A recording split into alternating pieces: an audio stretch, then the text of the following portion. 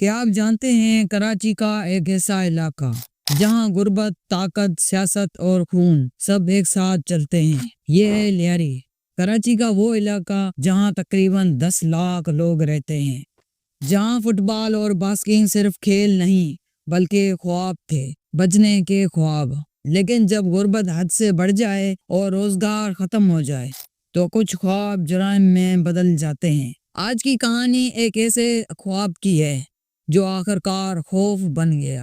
آج سے تقریباً 50 سال پہلے لیاری میں ایک بچہ پیدا ہوا۔ نام رکھا گیا سردار رحمان بلوچ۔ بعد میں دنیا نے اسے رحمان ڈکیت کے نام سے جانا۔ رحمان کے والد بنشاد کی سمگلنگ سے وابستہ تھے اور یہی وہ ماحول تھا جس نے رحمان کے ذہن کو بچپن سے ہی جرم کی طرف موڑ دیا۔ رحمان نے 13 سال کی عمر میں اپنا پہلا جرم کیا، ایک معمولی جھگڑا لیکن انجام چاقو کے وار۔ وقت گزرتا گیا، جرائم بڑھتے گئے اور پھر لیاری کے ایک بڑے ڈان حاجی لالو کی نظر رحمان پر پڑی۔ اس زمانے میں لیاری پر 2 بڑے نام راج کرتے تھے، داد مامن اور حاجی لالو۔ حاجی لالو نے رحمان کو اپنے گینگ میں شامل کر لیا۔ اغوا، تاون، بھتہ خوری۔ رحمان تیزی سے اوپر آ رہا تھا لیکن طاقت کے ساتھ لالچ بھی آتا ہے۔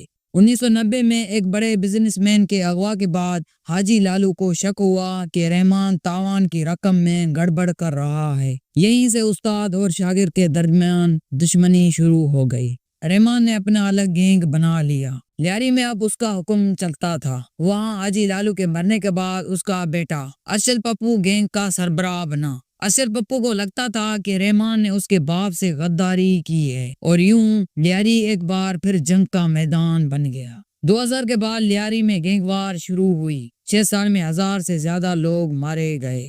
اسی کہانی میں ایک اور کردار داخل ہوتا ہے، عزیر بلوچ۔ 2003 میں ارشد پپو نے عزیر بلوچ کے والد فیض بلوچ کو اغوا کیا۔ جو ہوا وہ لیاری کبھی نہیں بھول سکتا۔ فیض بلوچ کو بے دردی سے قتل کیا گیا، لاش کے ٹکڑے کر دیے گئے اور پورے لیاری میں گھمایا گیا۔ یہ وہ لمحہ تھا جب عزیر بلوچ نے بدلہ لینے کی قسم کھائی۔ عزیر بلوچ رحمان ڈکیت کے گیم میں شامل ہو گیا۔ پیسے تھے، طاقت تھی اور بس ایک ہی مقصد۔ لیاری چلتا رہا۔ سیاستدان ان گینگوں کو ووٹ بینک کے لیے استعمال کرتے رہے۔ 2008 میں رحمان ڈکیت پیپلز پارٹی کے قریب آ گیا اور بن گئی پیپلز امن کمیٹی۔ مقصد امن، حقیقت طاقت کو قانونی شکل دینا۔ رحمان اب غریبوں کا مددگار بن چکا تھا۔ راشن، شادیاں، فیصلے۔ لیاری کے لوگ اب پولیس نہیں رحمان کے پاس جاتے تھے۔ لیکن جرم ابھی زندہ تھا۔ میڈیا کا دباؤ اور حکومت نے ایک فیصلہ کیا۔ ذمہ داری دی گئی کراچی کے مشہور انکاؤنٹر اسپیشلسٹ چودھری اسلم کو۔ 9 اگست 2009 رحمان ڈکیت پولیس کے مقابلے میں مارا گیا۔ اس کے بعد عزیر بلوچ نے گینگ سنبھالا۔ کچھ عرصے بعد ارشد پپو کو اغوا کر کے قتل کر دیا گیا۔ آخرکار عزیر بلوچ بھی گرفتار ہوا اور آج جیل میں ہے۔ لیاری میں گینگ تو ختم ہو گئے لیکن سوال اب بھی زندہ ہے۔